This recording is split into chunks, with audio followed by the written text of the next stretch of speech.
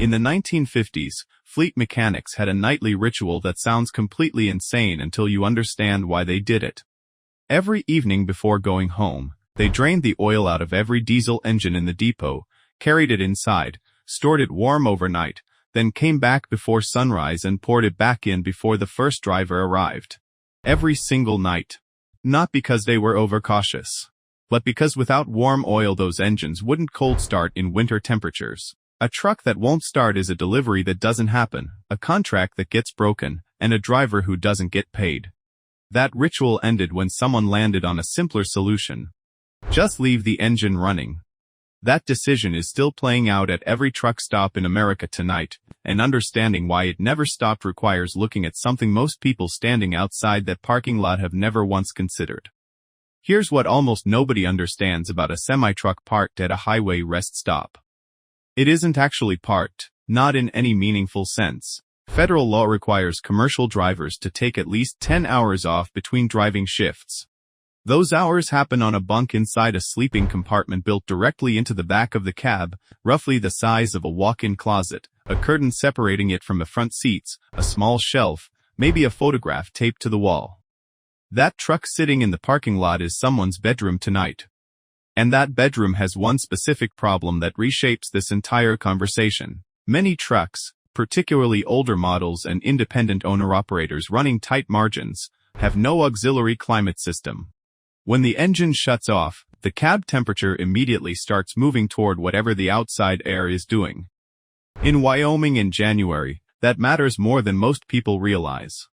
Within an hour or two the interior can approach freezing, and hypothermia-related fatalities among commercial drivers in unheated sleeper cabs are a documented category in occupational safety records. But temperature is only half the winter problem. At those temperatures, diesel fuel doesn't stay liquid, it thickens and gels inside the fuel lines the same way wax hardens in the cold. A driver who shuts the engine down at 2 a.m. may be completely unable to restart it at 5 a.m. stranded. No heat.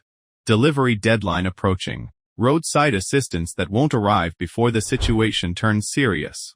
Now move that same truck to Phoenix in August, because summer creates an equally dangerous version from the opposite direction. Engine off, every window closed, metal walls releasing the heat they absorbed all day with nowhere for it to go. In documented cases, real recorded incidents, not projections, sealed cab temperatures have reached levels comparable to a locked vehicle on a summer afternoon. Cab hyperthermia is a recorded fatality category in commercial driving. An anti-idling law telling the driver to shut off the engine in Phoenix in August is not functioning as environmental policy. It is an instruction to sleep inside an oven. Two opposite seasons. Two different mechanisms. One identical outcome. But weather is still only the visible layer. Underneath it is something that affects everyone else on the road the following morning. Sleep apnea runs disproportionately high in the long-haul trucking industry, sedentary hours, chronic sleep disruption, irregular schedules compounding over years. The condition gets formally diagnosed and managed with a CPAP machine requiring continuous electrical power through the night. In trucks without an APU or shore power. That power comes from one place, the running engine. A driver who goes without their prescribed equipment isn't just sleeping badly.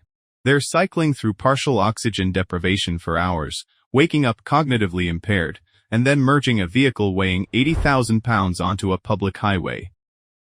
That idle running in a dark parking lot is a medical device keeping a driver functional. Shutting it off doesn't just affect the person in the cab, it affects every vehicle sharing the road with them the next morning. Then there's what's physically connected behind the cab. A significant share of long-haul freight is temperature-controlled, fresh produce, vaccines, insulin, pharmaceuticals. Cargo that must hold within precise temperature ranges through the night without interruption. Shut the system down and the margin for error disappears fast. By morning the load isn't delayed. It's destroyed.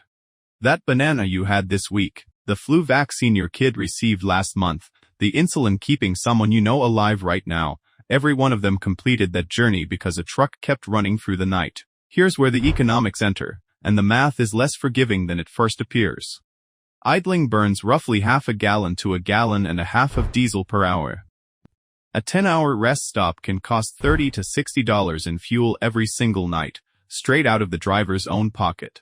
The industry solution is an APU, a compact secondary generator bolted to the frame that runs heat, air conditioning, and power without spinning the main engine. Cleaner and more efficient in every measurable way. Installed price, $8,000 to $12,000, upfront, out of pocket. For an owner-operator already managing truck payments, insurance, maintenance, and fuel simultaneously, that isn't a routine upgrade, it's a used car bought in cash on margins with no room for it. More than 30 states have anti-idling laws. Federal agencies have run enforcement campaigns for years.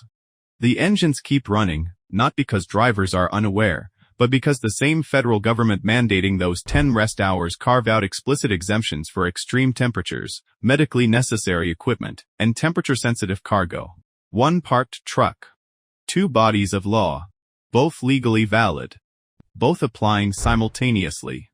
The driver isn't violating anything. They're operating in the gap between two regulations that were never designed to account for each other, and that gap has never been formally closed. This behavior didn't calcify overnight.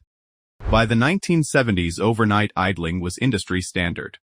By the 1980s, it was professional identity, written into training programs, embedded in fleet operations, passed between drivers as simply the correct way to handle an overnight stop. Better technology eventually arrived, but that's how any industry with thousands of independent operators and decades of embedded practice actually changes, unevenly, incompletely, and only when the solution reaches everyone, not just the large fleets with capital to move first.